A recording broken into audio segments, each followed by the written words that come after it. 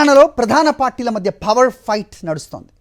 విచారణ కమిషన్కు కేసీఆర్ రాసిన లేఖపై కాంగ్రెస్, బీజేపీ, బీఆర్ఎస్ మధ్య డైలాగ్ వార్ నడుస్తోంది. పవర్ అగ్రిమెంట్స్లో అవకతవకలు జరిగాయని కాంగ్రెస్, బీజేపీ ఆరోపిస్తున్నాయి. కేసీఆర్ను విచారించాలంటూ డిమాండ్ చేస్తున్నారు ఆ పార్టీల నేతలు. అయితే నిబంధనల మేరకే పవర్ ప్రాజెక్టులు నిర్మించామని కేసీఆర్ చెప్తున్నారు.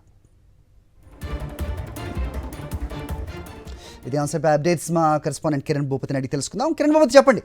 సో కేసీఆర్ నిన్న 12 పేజీల లేఖ రాయటం, సో దానిపై ప్రస్తుతం కాంగ్రెస్ అలాగే బీజేపీ స్పందిస్తోంది, ఆక్షేపిస్తోంది. సో ఏ రకంగా చూడాల్సిన అవసరం ఉంది? ప్రస్తుతం ఈ వార్ ఎక్కడికి దారితీస్తుంది? అప్డేట్స్ ఏంటి?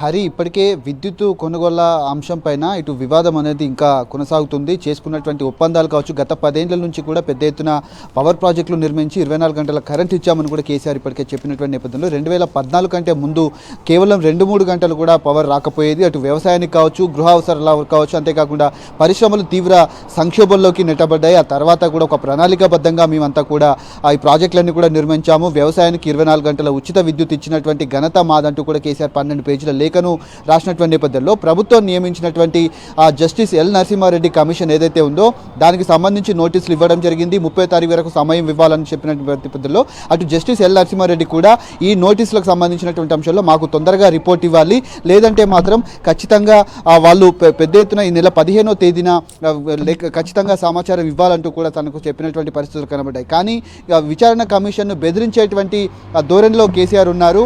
ఖచ్చితంగా తనను విచారించాలంటూ కూడా ఇటు కాంగ్రెస్ కావచ్చు, బీజేపీ నేతలు కూడా డిమాండ్ చేస్తూ ఉన్నటువంటి నేపథ్యంలో దీనిపైన ఇంకా డైలాగ్ వార్ అయితే కొనసాగుతా ఉంది. ఖచ్చితంగా కేసీఆర్ ఇందులో ఉంది.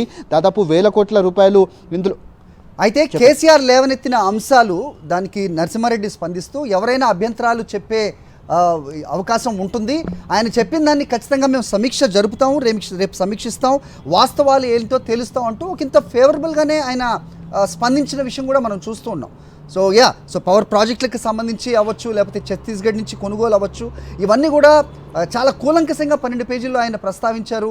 ప్రస్తుతం దీనిపై సమీక్ష కూడా చేయాల్సిన అవసరం ఉందనేది ఆయనే మాట్లాడుతున్నారు కదా, ఏమంటారు దాన్ని? అయితే ఖచ్చితంగా ఇందులో 2 ప్రధాన అంశాలు. ప్రభుత్వం నియమించినటువంటి జస్టిస్ ఎల్ నరసింహారెడ్డి కమిషన్ ఏదైతే ఉందో పూర్తిగా ప్రభుత్వానికి సంబంధం లేకుండా తాను సొంతగా వ్యవహరిస్తూ ఉన్నాడు. కేవలం కక్షపూరితంగా మాత్రమే తమ పైన ఆరోపణలు చేస్తూ ఉన్నారు. కమిషన్ రిపోర్టు పూర్తి స్థాయిలో విచారణ జరగకుండా తాను ఏ విధంగా మీడియా ముందుకు లీకులు ఇస్తారంటూ కూడా కేసీఆర్ దానిపైన మండిపడ్డారు. కానీ ఈ అంశాలు ఏవైతే ఉన్నాయో ఒప్పందాల ప్రకారమే చేసుకున్నటువంటి ప్రాజెక్టులు కావచ్చు, భద్రాద్రి ప్రాజెక్టు కావచ్చు, యాదాద్రి ప్రాజెక్టు కావచ్చు, అంతేకాకుండా ఛత్తీస్గఢ్ నుంచి కొన్నటువంటి ఆ కొనుగోలు ఏవైతే ఉన్నా వాటన్నిటిని కూడా బేరీజులు వేసుకుంటూనే ఒక రిపోర్ట్ను కూడా పూర్తి స్థాయిలో 12 పేజీల రిపోర్ట్ను కూడా తయారు చేసి ప్రభుత్వానికి అందించారు. తాను కూడా నిన్న స్పందించడం జరిగింది. కేవలం కక్షపూరితంగా మాత్రమే ఈ కమిషన్ కొనసాగుతుంది, అందులో కొనసాగేటువంటి అర్హత జస్టిస్ ఎల్ నరసింహారెడ్డికి లేదంటూ కూడా కేసీఆర్ చెప్పినటువంటి నేపథ్యంలో దానిపైన బీజేపీ కావచ్చు, కాంగ్రెస్ కూడా పెద్ద ఎత్తున కౌంటర్ ఇస్తూ ఉన్నాయి. ఇది ఎంత మేరకు దారితీస్తుందనేది మాత్రం వేచి చూడాలి. రిపోర్టు ఇంకెన్ని రోజుల్లో వస్తుంది, తనపైన ఎలాంటి చర్యలు తీసుకుంటారు, నేరుగా తనను హాజరయ్యేందుకు నోటీసు కూడా జారీ చేస్తారనే కొన్ని ఆరోపణలు అయితే ప్రస్తుతానికైతే వస్తున్నటువంటి పరిస్థితులు అయితే కనబడతా ఉన్నాయి. Hari, all right Kiran Bhupathi.